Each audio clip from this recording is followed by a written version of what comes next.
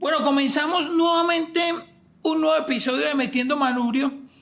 Queremos como seguir mostrándole a la gente qué pasa alrededor del ciclismo colombiano y seguramente también alrededor del ciclismo mundial, y por eso un ignorante, perfectamente se podría decir así, porque he venido aprendiendo muchas cosas del ciclismo, pero estoy completamente convencido que me faltan muchísimas más. Entonces, por eso, en este podcast del Team Siste Crédito Metiendo Manubrio, vamos a empezar con estos invitados muy especiales para contarles a ustedes qué pasa alrededor, qué hay detrás de un equipo, cómo se consolida un equipo, cómo ha sido la historia incluso del ciclismo en Colombia. Y por eso hoy me acompaña, si no, quizás uno de los más grandes personajes del ciclismo en Colombia y de la dinastía Vélez. Don Gabriel, ¿usted qué? ¿Cómo lo trata la vida? Un saludo, tranquilo, sin problemas, haciendo lo que me gusta, eh, estar con el ciclismo joven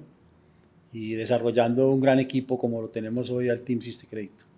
Y hoy nos acompaña adicionalmente también, como lo hablábamos nosotros, y es ese legado de lo que va a quedar en el ciclismo y lo que va a perdurar, y seguramente muchas más generaciones seguiremos aprendiendo del ciclismo a través de ustedes. Pablo, bienvenido a Metiendo Manubrio. Hola, muchas gracias. Estos espacios son muy chéveres porque nosotros aquí específicamente, muchachos, vamos a aprender. Entonces yo quisiera que nos devolviéramos un poquito, don Gabriel, y le contáramos cuándo empezó ese sueño de andar detrás de ciclistas, como dice usted. No, en el ciclismo desde niño, yo soy un ciclista frustrado, yo quise ser ciclista pero no se pudo. Primero, pues no tuve el apoyo en mi casa y segundo, pues no era como muy bueno, era más bien malito. Y entonces es como una frustración de ser ciclista. Pero malito o malito por los gorditos que montan en bicicleta. Por malitos que montan gorditos que montan en bicicleta. No, yo he sido buena persona, no malito. Y entonces, ya a partir de 1980, yo estando en mi municipio, en Salgar, había un club que lo manejaba José Hilario Márquez, Lalo. Y él un día llegó, yo tenía un negocio en el municipio, un negocio de materiales de construcción y del agro. Y llegó, pasó por el negocio porque venía pidiendo dinero para hacer un circuito en el pueblo.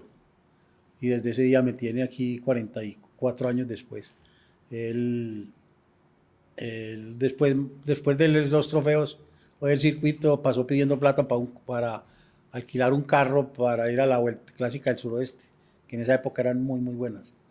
Y yo, las preguntas que le hice que cuánto tenía, cuánto le faltaba mucho dinero. Y entonces yo dije, el carro que hay cuadrado al frente era el carro de mi casa, un Toyota de los viejitos. Y ese carro le sirve, si antes no consiga más plata, que yo me voy con usted. Y ahí empezó el encarrete y empecé a hablar con los muchachos, que Salgar en esa época era muy fuerte en el ciclismo de base, pues, y que en esa época había turismo y cambios. Yo fui con ellos a la Clásica del Suroeste y hablaba mucho con ellos, que cómo entrenaban, qué hacían. Ah, no, que Lalo nos dice que vamos a Bolombolo, que vamos a Andes, que vamos allí. Y eso es todo lo que hacen. Montar en bicicleta, no hay que entrenar. Y me vino la idea de venirme para Medellín y preguntar por un curso de hacer un curso de entrenamiento de ciclismo. Llegué a la Liga de Ciclismo y me recomendó el padre Jaime Mira. Me dijo que la liga no lo hacía, que lo hacían en Coldeportes de Antioquia, que así se llamaba en esa época. Y efectivamente fui y me dijeron, sí, en estos días empieza el primer nivel 1. Y fui, hice el nivel 1, nivel 2 y nivel 3. Y ahí empezó estos 44 años de, como digo yo, de perseguir ciclistas. De perseguir ciclistas. Y en ese proceso, por ejemplo, Pablo, digamos que vamos a empezar a mezclar. Aquí no vamos a hacer una historia, digamos, como lineal, sino que nos vamos a empezar a meter. ¿Y cómo era como esa niñez con tu papá cuando empezaron como todo ese tema de ciclismo? Y seguramente cuando usted nació ya él llevaba mucho tiempo detrás de ciclistas, pero ¿cómo se vivía el ciclismo en la casa de los Vélez? No, claro, eso, pues mi papá ya 40 y pico de años ya, pues de director, persiguiendo ciclistas, como le dice él, pues yo tengo 24. Incluso cuando yo nací, mi papá estaba en un mundial en Italia. Entonces, toda la vida, desde que nací, ya he estado rodeado de ciclismo.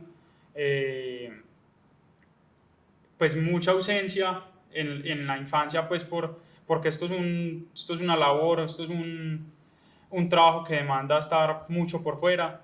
Entonces, eso, pero igual, uno aprende disciplina, los muchachos iban a la casa, entonces uno los veía, entonces uno chiquito como que sí los veía, como que estos ciclistas como que qué, y igual uno ya cuando a mí me empezó a gustar la bicicleta más que todo por mi hermano. Yo siempre estuve rodeado de bicicletas, monté bicicleta chiquito y todo, pero me empezó a gustar más que todo por mi hermano, que un día me dijo, vamos a montar en bicicleta, ya vamos. ¿Y a dónde salían a montar en bicicleta? No, nos íbamos para el aeroparque o íbamos a subir palmas, como que decíamos, bueno, empecemos a subir y ya donde no nos dé más, ahí nos devolvemos. Y así nos empezamos metiendo, pero siempre rodeado de ciclismo en la casa.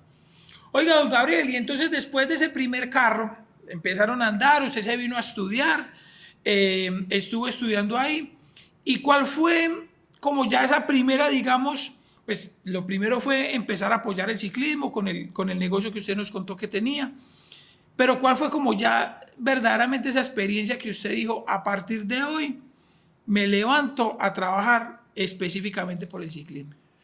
Bueno, desde esa experiencia que viví en esa clásica suroeste, ya me dediqué a estar con ellos, a salir a entrenar con ellos, a cambiarles el sistema de entrenamiento que tenían, a meterle carguitas, a meterle extractos de fuerza, y a hacer pues, diferentes tipos de entrenamientos. Y ya asistir a otras carreras con ellos. Ya era prácticamente de bolsillo mío, de cuenta mía, era que yo iba a todas esas carreras. Y empecé pero a la vez tenía que como le digo yo, con mi papá. Mi papá me decía, usted se embobó tras de ojos mugrosos. Va a dejar todo tirado por detrás y andar con ojos mugrosos. Y la vida es tan hermosa, era que andando detrás de ojos mugrosos, mi papá se murió a los 93 años y el ciclismo me dio para yo ayudarlo a vivir hasta esos 93 años y a sacarlo adelante hasta que su cuerpo le dio pues estar aquí en este mundo. Y como le digo, pues de carrera en carrera empecé ya a venir con los corredores de Salgar.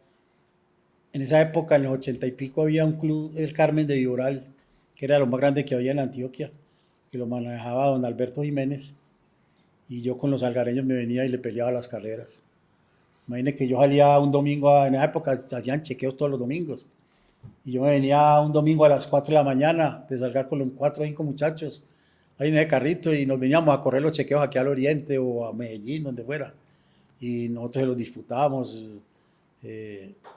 Tengo una experiencia que un día había un torneo de escaladores, y un día me traje, allá había un muchacho que le decíamos Minuto, subía mucho, y en esa época llevaba Juan de Dios Fajardo, era turismero, y había ganado como 20 chequeos seguidos, y yo me traje a Minuto y me lo traje el sábado, y Will le mostré la subida de Santa Elena, vea, usted en esta curva va a partir mañana, y lo van a ver en la meta. Y preciso, salimos y él me miraba y yo le pitaba y le hacía señas que partiera. Y partió y subió, ya lo vieron. Allá pusimos yo molesto mucho con Juan de Llobardo. ¿Te acordás cuando Minuto te hizo llorar? Después de haber ganado 20 chequeos, ya se sentó a llorar porque Minuto le había ganado. Porque había ganado, porque le había ganado Minuto. Le habían cortado ya el chorro de 20 carreras ganadas seguidas y Minuto se la ganó. Entonces son experiencias y cosas que vivieron en esa época que pues día a día se fue superando y aprendiendo y yo tratando de superar las críticas, nunca contesté a nadie. Los ciclistas de la época se volvieron mis principales críticos, mis enemigos gratuitos, digo yo, que porque yo quién era, que yo que iba a ver de ciclismo, que yo porque iba a manejar corredores, que porque, y enseguida que me nombraron entrenador de la liga, ahí sí que les dolió. Entonces a mí me tocaba superar todo eso, pero yo no contestaba. Yo decía, me criticaban que porque hacía trabajos de fuerza, que les iba a dañar la rodilla a los muchachos. Y 44 años después no han operado ninguno de la rodilla. A ninguno han tenido que operarlo de la rodilla por los trabajos de fuerza. Trabajos de fuerza. Pero al cabo del tiempo, puedo decir que yo fui el que traje el trabajo de fuerza en bicicleta a Colombia y que causó todas esas burlas y todo ese bullying, digámoslo así. Pero que después, cuando llegábamos a las carreras, hacíamos con los juveniles y los menores, pues, hacíamos en Colombia 1, 2, 3 y 4, que era lo que hacía yo, que les daba, que tomaban, y trabajo como un berraco, trabajo. Y uno de los trabajos principales era la fuerza. La fuerza, la guapanela o eso, No, eso, o qué tomaban. eso es cuento chimbo, eso la guapanela no lo hacen dar a uno. Eso, el que lo hacen dar a uno es el trabajo. El trabajo. El trabajo. Y ya después de eso empezó la gente a preguntar que cómo era que yo trabajaba la fuerza, qué tal cosa, qué tal otra. Y se fue incrementando el trabajo de fuerza. Y hoy en día el trabajo de fuerza es lo principal. Es lo principal y ya con el modernismo, pues, y la actualización de los entrenamientos y la tecnología, es uno de los componentes básicos del entrenamiento en el ciclismo, la fuerza. Y si hablamos de ese proceso moderno, aquí me parece muy chévere porque cuando hemos tenido la oportunidad de salir nosotros a carrera, hemos entendido como esa dinámica. Digamos que usted tiene una estrategia, una dinámica de carrera. Ahorita nos va a contar un poquitico cómo ha evolucionado ese ciclismo. Pero Pablo, si tuviéramos que hablar, por ejemplo, de lo que vos estuviste corriendo de manera profesional también, pues en las categorías menores empezaste a ascender, pero ahora estás también dedicado a la formación y a empezar en ese proceso formativo, pero a entender el ciclismo de otra manera. Si vos tuvieras que hablar de lo que te tocó, cómo te entrenaban a vos y cómo estás hoy vos empezando a plantear los entrenamientos de los muchachos, ¿cómo has visto esa evolución? Es una evolución, pues se evoluciona de a poquito, ¿cierto? No es un salto muy grande. Pues al fin y al cabo el ciclismo ya está inventado, ¿cierto? ¿Qué se hace? Se hacen pequeños ajustes para cuantificar las cargas, más que todo, pero se siguen, pues, la esencia es la misma, van cambiando como detallitos o ampliar un poquito la recuperación o recortarla en ciertos trabajos y ya, pero la base sigue siendo la fuerza. De ahí parte todo, porque si vos no tenés fuerza, no tenés forma de hacer avanzar la carga, ¿cierto? La relación. Entonces, eso ha ido creciendo, pues se ha ido avanzando como en pequeños cambiecitos, pero la esencia sigue siendo la misma. Y si hablamos de eso, que es muy importante, porque entonces usted ya hablas de carga, ya hablas de fuerza, ya estamos empezando a hablar como de los números, ya todos los que montan y hacen ciclismo, entonces estamos con un ciclocomputador que seguramente estoy completamente convencido que no todos lo saben leer a su forma, pero ¿cómo ha sido como la integración también de la tecnología a esa nueva visión del ciclismo? Pues eso, hay muchos críticos de la tecnología en el ciclismo, como hay otros que sin eso no viven. Hoy con el ciclismo recreativo se ha visto mucho eso, que los recreativos plantean su carrera, pues entrenan con la misma dedicación que un ciclista profesional, porque es su hobby, les gusta, es su forma de desestresarse de su trabajo Diario. normal. Entonces entrenan con la misma dedicación o incluso uno ve ciertos casos que incluso más que los mismos profesionales. Entonces ellos sí son clavados en sus números, son muy pendientes de sus números, de que dormí una hora, no dormí una hora, es que hoy me tocaba hacer unos trabajos, entonces no pude hacer el último, entonces vuelven donde el entrenador, venga, es que yo hice, me tocaban 6 series, nada más pude hacer 5, la última no fui capaz.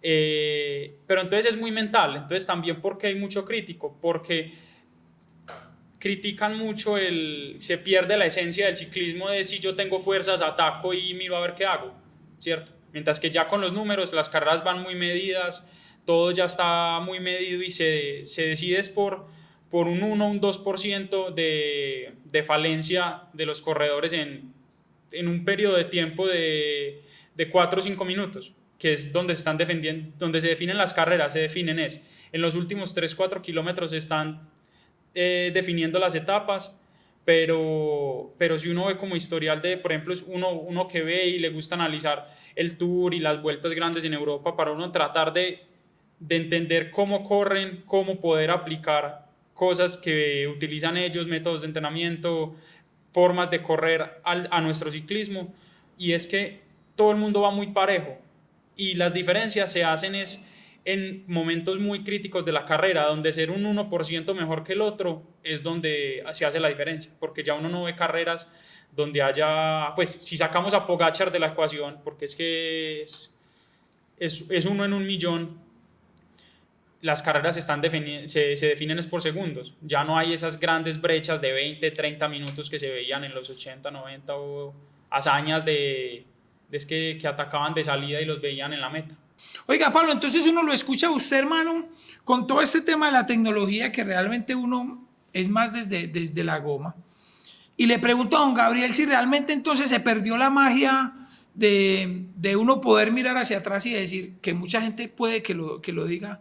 No, entonces se perdió la magia del ciclismo. ¿Usted cree que se perdió la magia del ciclismo con los números y la tecnología? No, yo creo que no, la magia sigue y de pronto los corredores mayores, los que no les tocó el control de su cuerpo a través de que le estén midiendo sus capacidades, ellos critican y porque en esa época pues el que tenía y como se decía antiguamente, el que va para arriba, pero no se pierde porque es más difícil entrenar hoy en día, me parece a mí, por la parte mental, porque es que uno toda hora, uno desde que se levanta desde que monta la bicicleta, hasta que se va a estar controlando un reloj, de que si voy en la zona que voy, estoy trabajando el VO2 máximo, entonces si estoy haciendo mis trabajos en la zona que voy, eso en la cabeza eso cansa empieza más. a maquinear. Claro, y el momento en o el día que amaneció como medio bregado y no es capaz de manejar las zonas que le piden, eso Encalambrado y los cuerpos no se comportan claro, todos no, y los la días parte, igual. usted sabe que la parte mental es lo fundamental, para mí es lo fundamental. Y eso lo va bloqueando a uno cuando las cosas no salen como él quiere. Hoy en día es mucho más difícil trabajar y eso hace, esa medición de su organismo, de conocer su capacidad, hace que los promedios sean mucho más altos. Mire usted los promedios de hoy en día, son altísimos y entonces eso mantiene la magia del ciclismo, porque es que no es lo mismo ir a 20 o a 30 que ir a 40, 50, a 55 a 60 kilómetros por hora. Eso también produce magia porque donde se ve la capacidad. El espectáculo y uno poder entender cómo porque el ciclismo, Pablo, es difícil de entender, es decir, no es solamente como lo que la gente dice, ver ciclistas en un pelotón, sino es saber acomodarse, precisamente saber cómo mete uno el manubrio, cómo acomodarse en un pelotón. No es solamente tener las piernas para llegar, sino poder disputar todas las etapas, y por eso hay ciclistas que suben, o hay ciclistas que son sprinters, o hay ciclistas que son, digamos, más explosivos para una pista. Entonces, ¿cómo entender, por ejemplo, y explicarle a la gente cómo esos detalles, sin entrar en la parte técnica, es cómo el ciclismo es todo un universo de corredores que uno puede contarle a la gente que hay?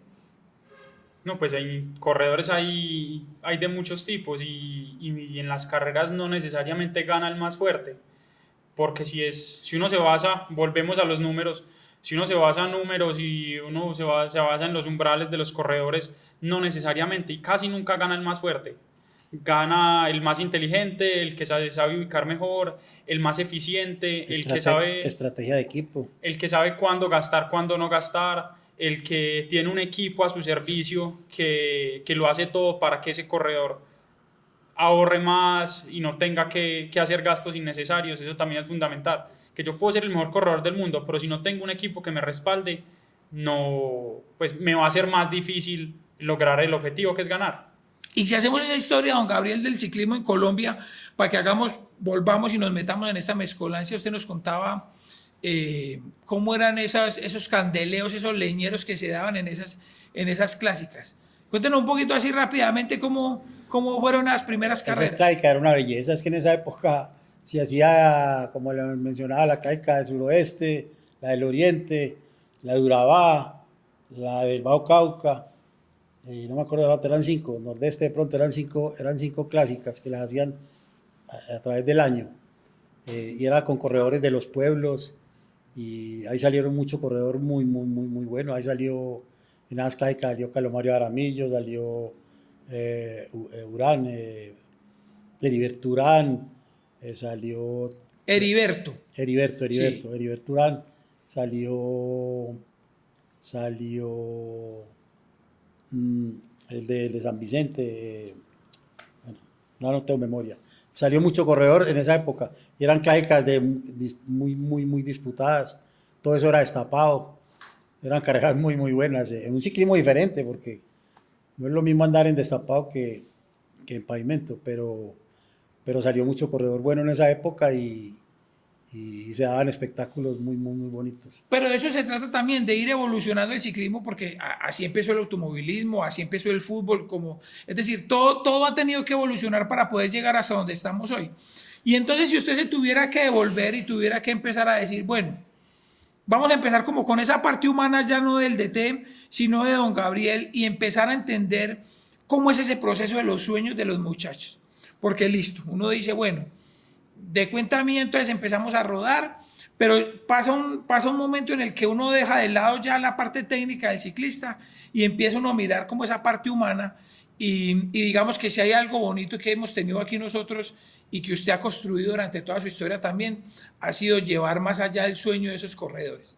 Sí, es que uno primero hay que ser persona antes de ser ciclista.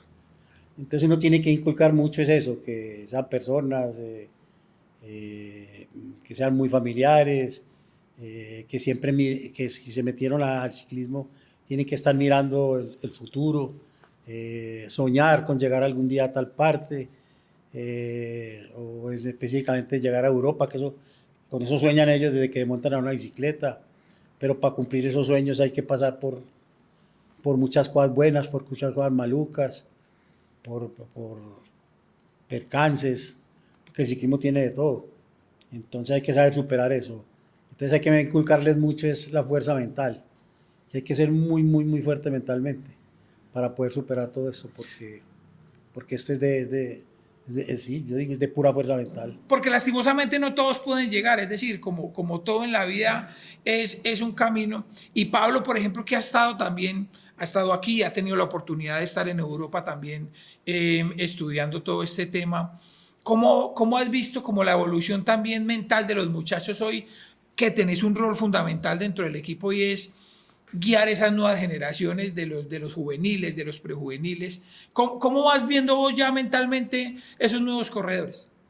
Pues no, yo creo que no solo en el ciclismo, sino como en la sociedad en general se ha visto que se le está prestando más atención a la mente, pues a la psicología en general, pero de cuando yo era juvenil, prejuvenil, al día de hoy, pues sigo compartiendo con pues, mi grupo de amigos, mi grupo de allegados es el mismo grupo que tenía cuando corría y quedé con muchos amigos del ciclismo.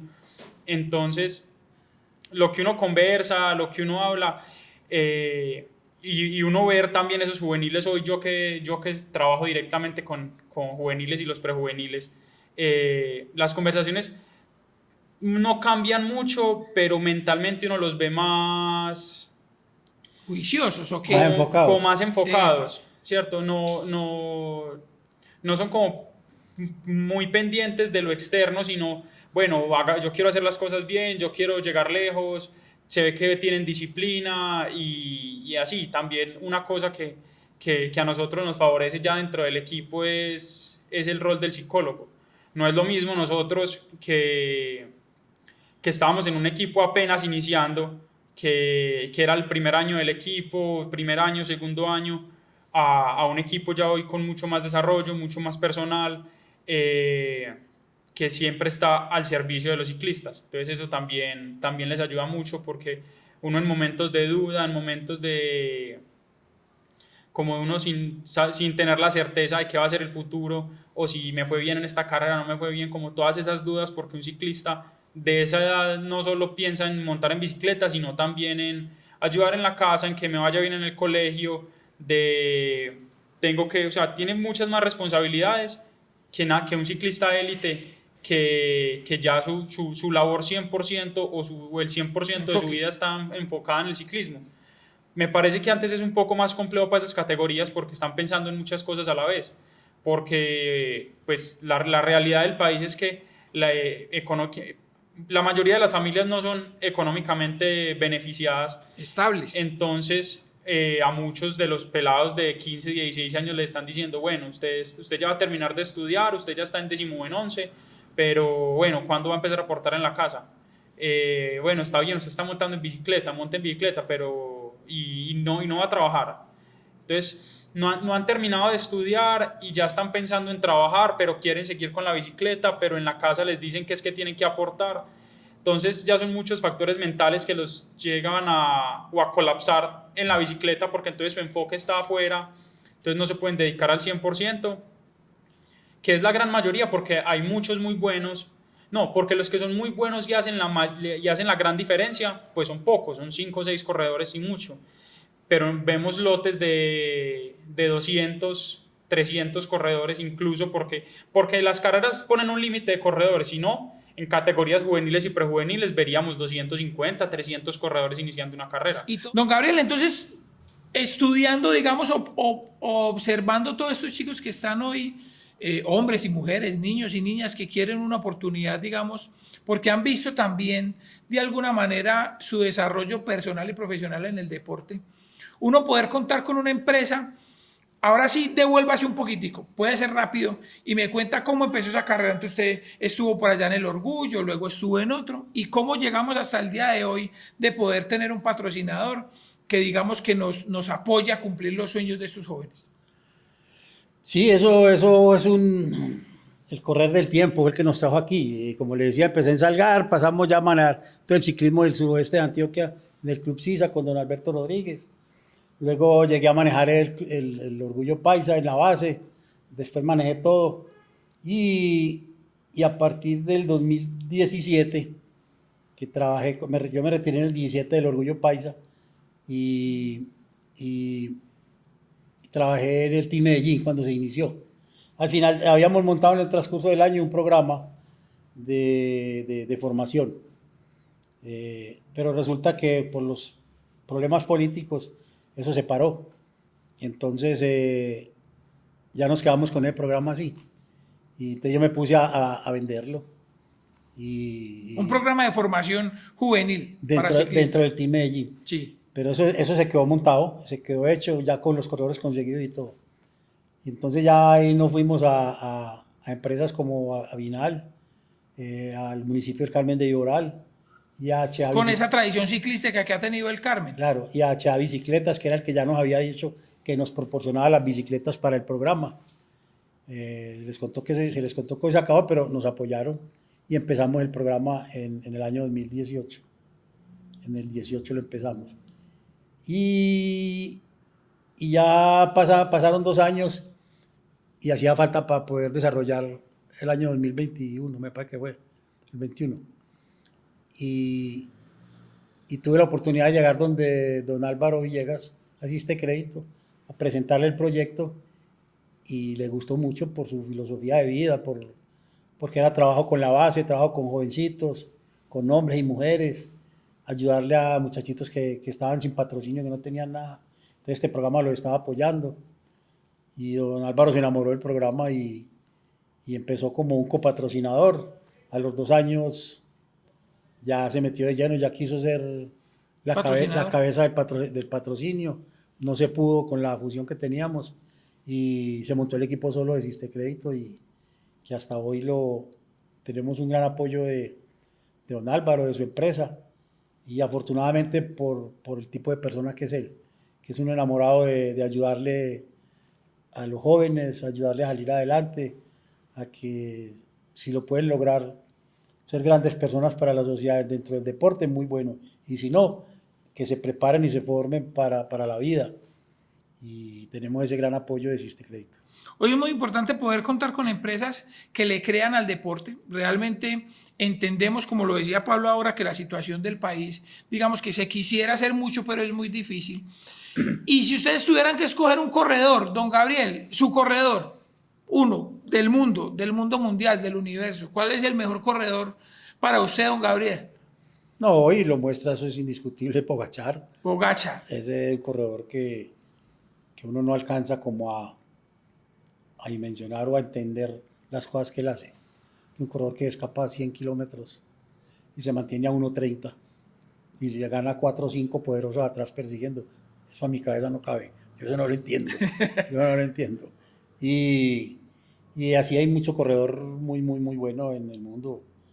Van Aert, está Van der Poel, está Evenepoel, Mucho corredor muy, muy, muy bueno en el mundo. ¿Y en Colombia?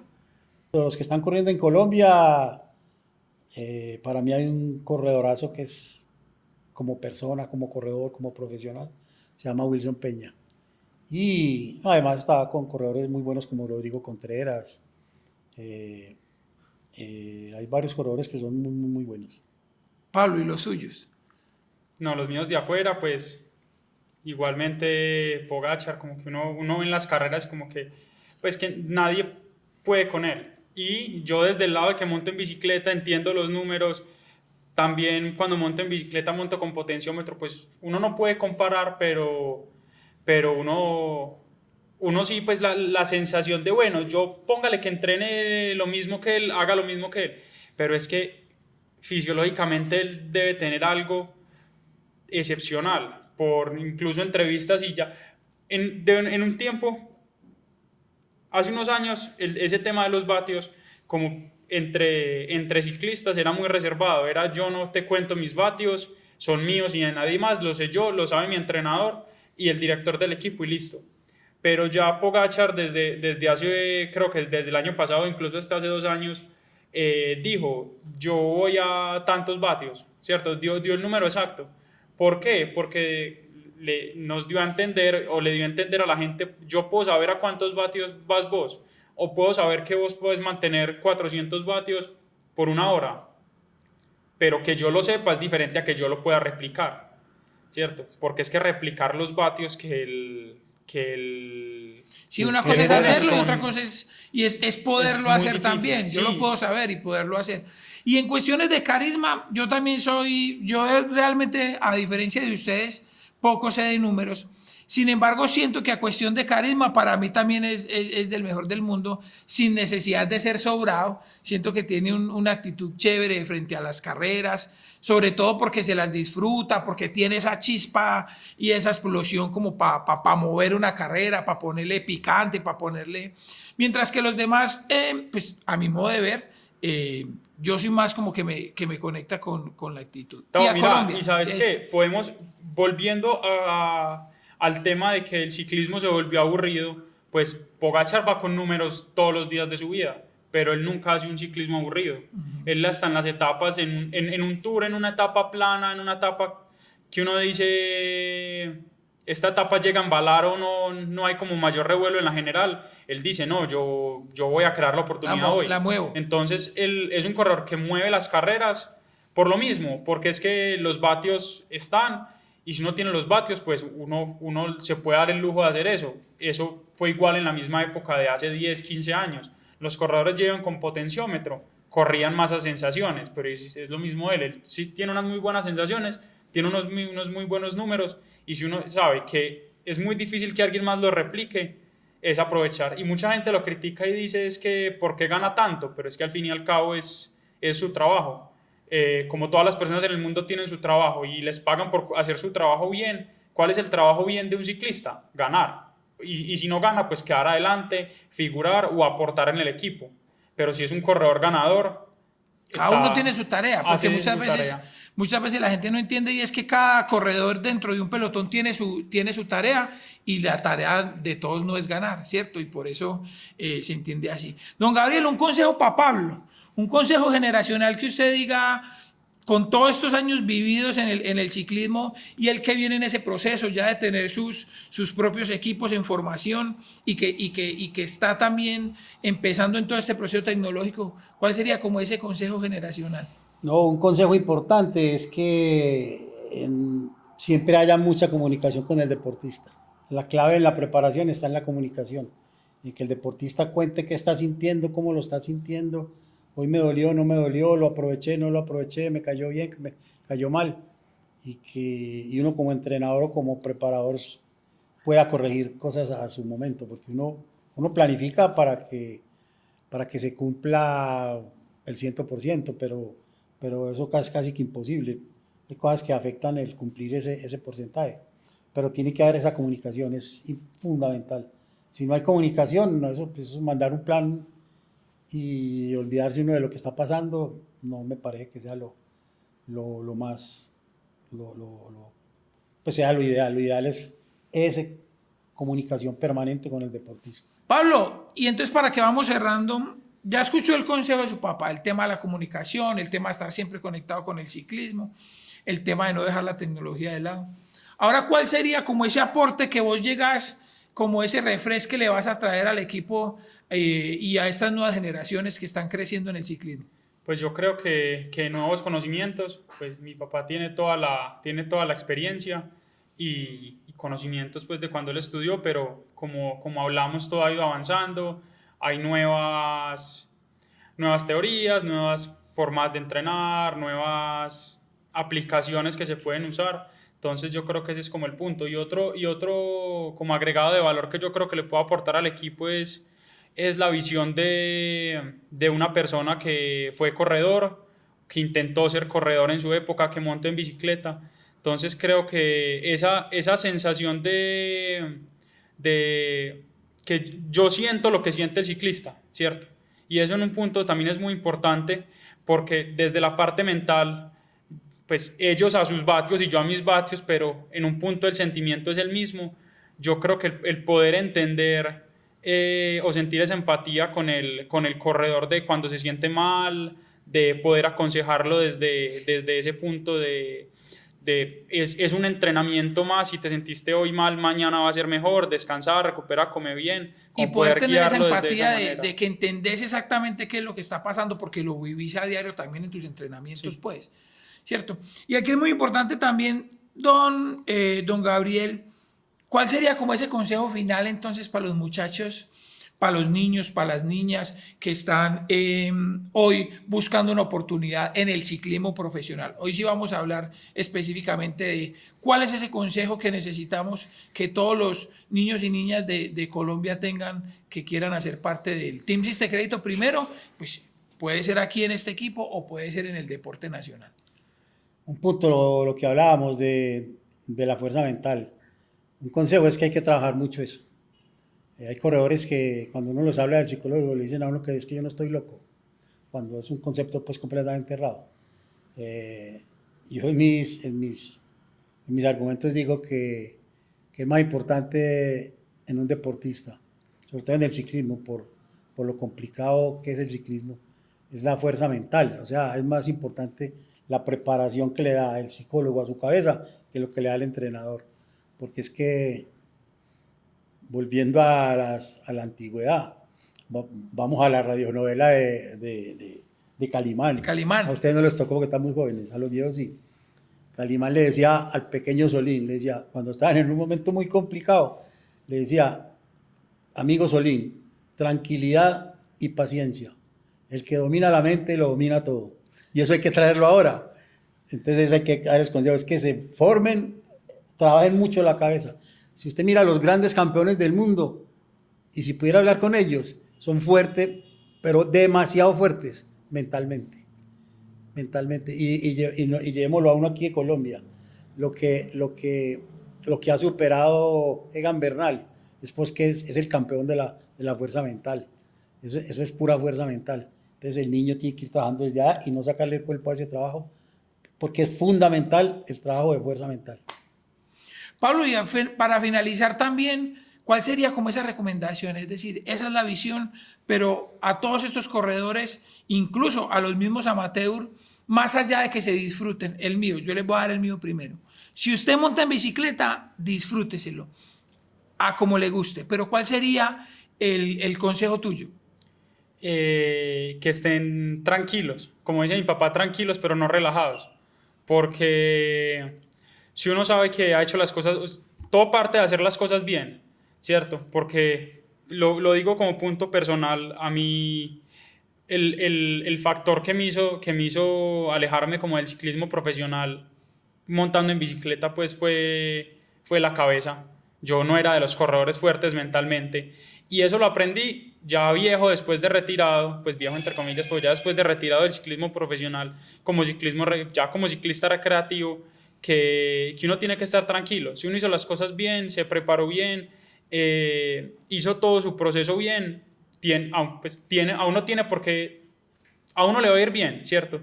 Pero si no es sobrepensar las cosas, no es meterse presión solo por meterse presión, e igual, vuelvo al tuyo, disfrutar, porque es un trabajo muy duro, es un trabajo que requiere mucha dedicación, mucha fortaleza física y mental, pero si al final del día vos no estás disfrutando lo que estás haciendo, pues estás en el lugar equivocado. Sí, definitivamente. Porque, y más en un deporte tan duro, es un deporte en el que tenés que pasar ya en un élite 4, 5, 6 horas, ponerle que desde la primera hora te llovió hasta la sexta, vos tenés que también disfrutar eso. Pues hay días duros, hay días un poco más fáciles, pero al final del día es disfrutar, porque si a uno no le gusta lo que uno hace todos los días de la vida, pues hay que buscar otro camino. Don Gabriel, y ya para finalizar, como último, contémosle a la gente que se viene para el 2025 para el Team Siste Crédito. Pues se viene mantener los resultados que obtuvimos en este 2024 y pequeños cambios. Hay un cambio grande en el equipo femenino. Donde Mucha sorpresa ahí. ¿La va a contar? Sí, se puede contar, claro. Integrarán el equipo Diana Peñuela, Aranza Villalón, Estefanía Sánchez, Paula Latriglia. Entran como nuevas y se mantienen Erika Botero, Natalia Garzón, y pasamos una de las niñas juveniles que se llama Samara Bedoya. Que es uno de los puntos más bonitos también, porque además de que llegan mujeres con muchísima experiencia, muy talentosas además en el tema del ciclismo, qué chévere poderle decir a las generaciones que vienen dentro del equipo que también tienen la oportunidad dentro del equipo profesional. Sí, y en los élites sí se mantienen los mismos, no entran, solamente pasan 2 sub-23, que son Samuel Herrera y Misael Urián, pasan a la categoría élite. Y entramos 3 corredores sub-23 y nuevos al equipo, que son Steven García, el otro se llama Juan Felipe Rodríguez y Hugo Rodríguez. De resto todo es igual, los juveniles se mantiene pues, los 6 corredores, pero pasan 3 prejuveniles, que son de nosotros pues, de este año prejuveniles, pasan ya a la categoría juvenil. Y continuamos, me imagino, fortaleciendo el equipo femenino, claro, juvenil con Luciana, con Manuela, con Yalexa. Y viene una corredora juvenil que es extraordinaria corredora, una niña de Anserma, que se llama Estefanía Castillo, que pienso que el año entrante va a ser una sensación en el ciclismo juvenil de Colombia. Y va a seguir consolidando entonces también el tema con este grupo. Entonces, así quedamos. Esperen que les vamos a mostrar muchísimas más sorpresas alrededor de lo que va avanzando durante este año. Don Gabriel y Pablo, muchas gracias. El tiempo a veces se nos acaba y quedamos como con muchas historias que seguramente aquí nos volveremos a sentar a conversar en este podcast de el Team Siste Crédito Metiendo Manubrio. A todos ustedes nos vemos en un próximo capítulo y esperamos seguir contándoles muchas más historias de todo lo que pasa alrededor del ciclismo en Colombia y como vieron con este par de genios en el mundo también.